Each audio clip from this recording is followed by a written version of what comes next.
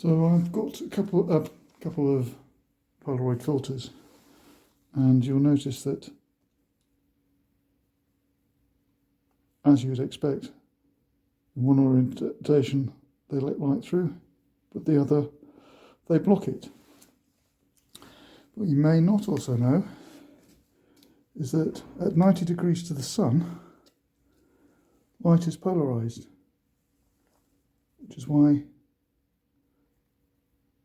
some cameramen have polarised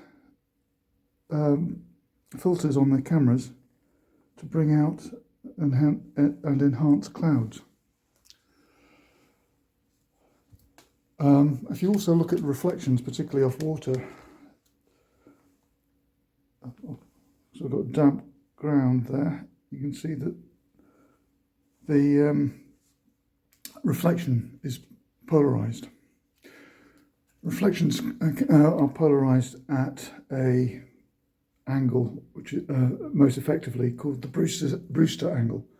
And I'll just go to another window to show you that effect. So on the left we've got the quote from Albert Einstein, and that's been reflected in the windows to the right. If I put this Polaroid between them, you can see some reflection on one side, but at this particular angle there is a very strong polarized effect of that reflection. So I've got a selection of materials here, which are aluminium, plastic in the form of a rule, copper, plastic in the form of a coloured square, and steel and a piece of glass, a microscope slide.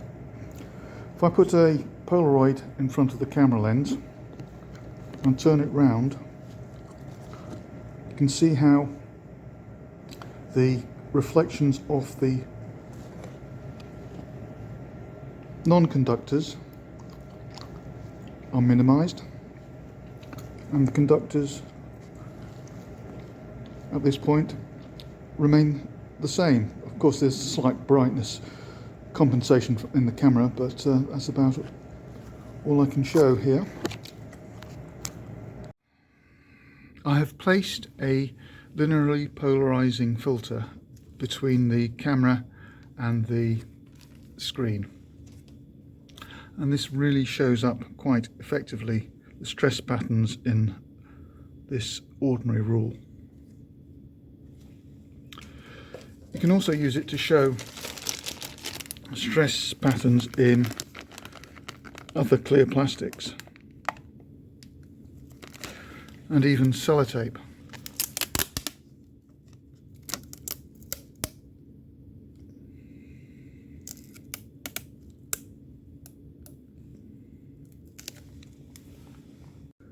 This is a monitor for a computer screen.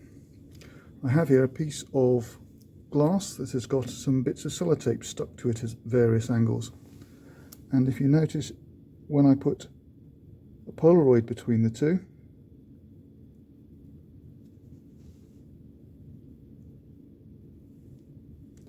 you get different colours, because it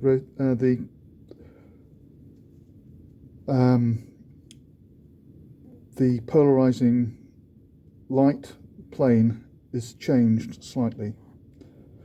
When you see it crossing over here, that's different numbers of layers of sellotape. There is another type of polarization called circularly polarized light. So I've got another two filters here, and as you can see, they behave in the same way.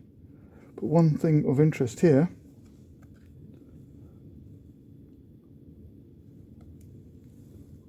in one orientation they are transparent, and the other, when turned through 180 degrees, they are opaque. Transparent and opaque. This strange contraption here, this is a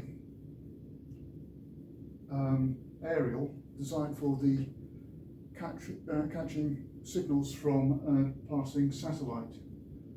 It's tuned for about 137 megahertz, and you'll notice it's got a curve to it. This is because the signals from the satellite are circularly polarized. Another example of the use of polarization is in clocks and watches. Here you can see the display, and if I tilt this, there is an angle which blanks out the screen totally. I have a crystal here which I believe is Iceland spar. I'll check on that. But if you look at it, if you look at the writing underneath it, you can see that you have some ghosting. Well, that is due to the fact that the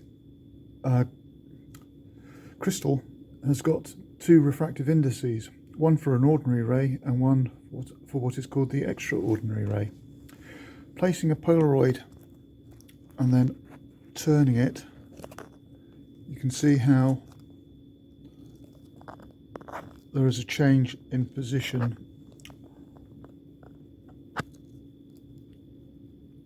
between the two different rays. A quick recap of the situation I have here. I've got a polarizing filter over the LED on the microscope, the slide which I'll be putting underneath the microscope, and a larger polarizing filter which I'll be putting over the top. Everything else is the same, although I will be using a device for steadying, a holder to hold the camera in the right position. So I've put the heated cell hole that's between two plates on this slide, and I'm just hoping to see the crystal front come into the field of view. Just looking through that, it should be any second now.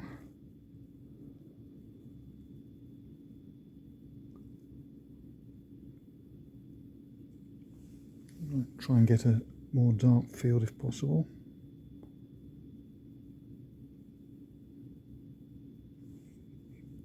And coming from the right hand side.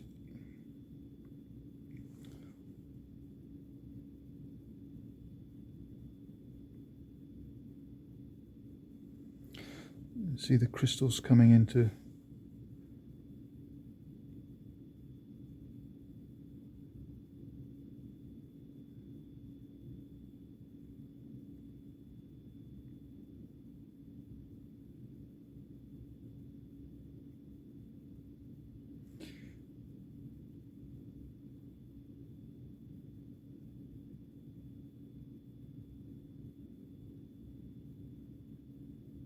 This is quite a useful demonstration for both chemistry and physics, particularly in material section.